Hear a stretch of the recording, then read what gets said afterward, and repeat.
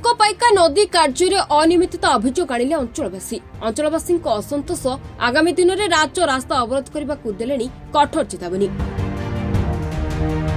एने कटक सदर किशोरनगर अंचलवासी पक्ष क्षोभ प्रकाश पाई। प्रकाश था कि सेशनल ग्रीन ट्रिब्यूनाल निर्देश क्रमे 50 कोटी टंका व्यय बराद सुकपाइका नदीर पुनरुद्धार कार्य आरंभ होता किंतु कार्य त्वरित हो पारे जहाँफल आगक वर्षा दिन आसूची एवं चाषी बहुल अंचल होइतिबारु पानी आसिबारे समस्या सृष्टि होबार सन्देह उपजिलानी चाषी मन में। नदी पुनरुद्धार कार्य करुवा ठिकादार दायित्वहीनता और विभागीय अधिकारी खामखियाली ढंगरू कामर अग्रगति हो पार अभियोग आनी अंचलवासी।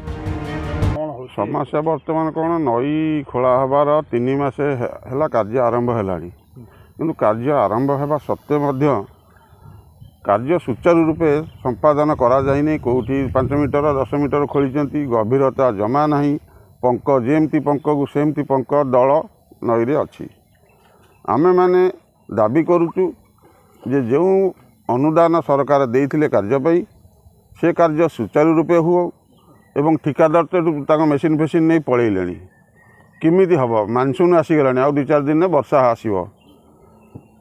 आमर दाबी होउची ये कार्यट को सुचारू रूपे करा जाऊ जेमती पानी नईरे आमर आसवा दरकार।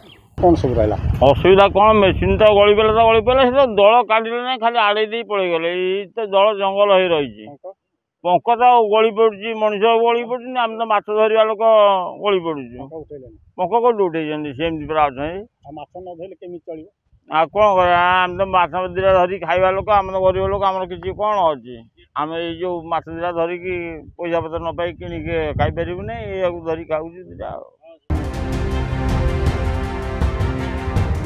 विश्व परिवेश दिवस अवसर में सुकपाइका बंचा अभियान अंचलवासी सुकपाइका खनन कार्य व्यापक अनियमितता और दुर्नीति प्रसंग में स्वर उत्तोलन कर अभिनव उपाय ग्रामवासी पाइका नदी पाड़ी पशि दल काढ़ी सरकार को चरम चेतावनी दी।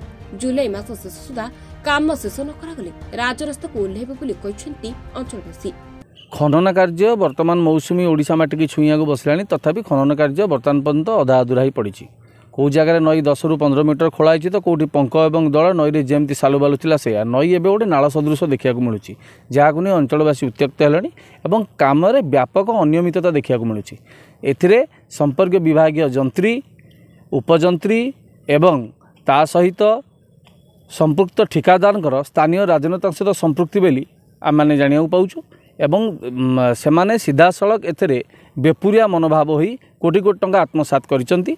जदि वर्षा दिन समय आसीगला तुरंत काम आरंभ करिया को सेमाने न सारंती निश्चित भाव में आम एक कमिटी गठन करी राज्य सरकार को अनुरोध करूँ आपको विजिलेंस तदंत परिसरभुक्त करा जाऊ। सालेपुर जोस्नानी सिंह को रिपोर्ट महाभारत लाइव।